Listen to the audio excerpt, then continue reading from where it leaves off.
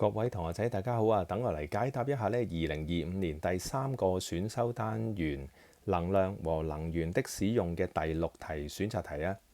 於同樣嘅環境條件之下呢，以下嘅空調機 P 同埋 Q 呢分別運作使完全相同嘅兩間房呢降溫嘅，即係兩間房都會將佢嘅溫度啦同外邊呢就隔絕咗，希望呢令到室內嘅溫度呢降溫嘅。OK。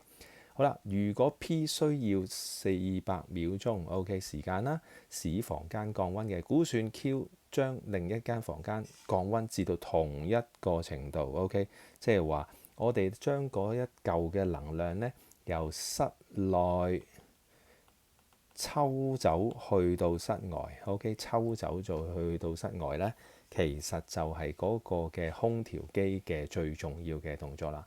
咁抽走一啲熱，即係能量啦。能量我哋可以知道呢，就係嗰個功率乘翻佢嘅時間呢，就係所抽走嘅能量，又或者佢用咗嘅能量，都係用呢條公式嘅。好啦，咁呢一個表呢裏邊提到有一個數值呢，就叫做性能係數 COP。咁 COP 嗰條公式係點㗎？原來就係 COP 就等於呢輸出嘅能量，即係話抽走嘅能量啦。將佢除翻佢輸入嘅功率乘翻時間，即係其實呢一嚿呢都係能量嚟嘅，只不過係佢用電嘅能量。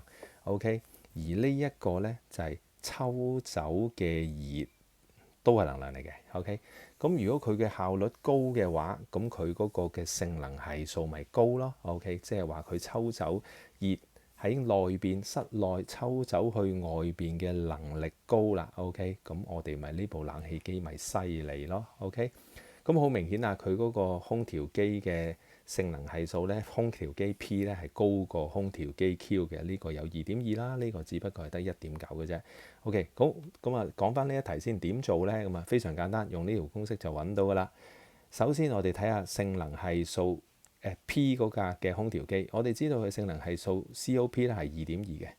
咁我哋呢唔知道佢抽走幾多熱嘅，咁但係呢，我哋知道呢，佢哋兩個呢都會降溫至到同一個程度，即係話簡單嚟講，抽走嗰嚿熱呢都係 E 啊。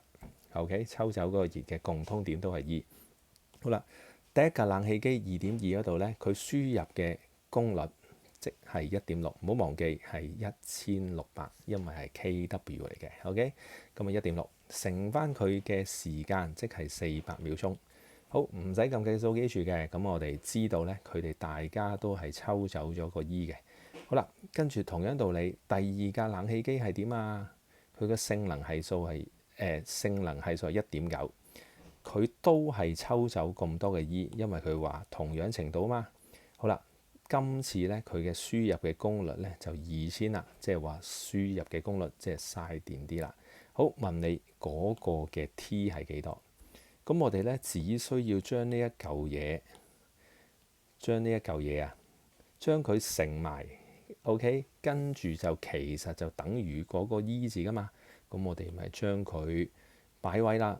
點樣擺位法？1.9就等於 E 就係呢一嚿嘢乘埋啦。2.2乘1600再乘以400，代翻入去呢個 E 嘅位置啫，即係唔係太難嘅啫。將佢除翻2000就乘翻個 T， 咁成條式就計到個 T。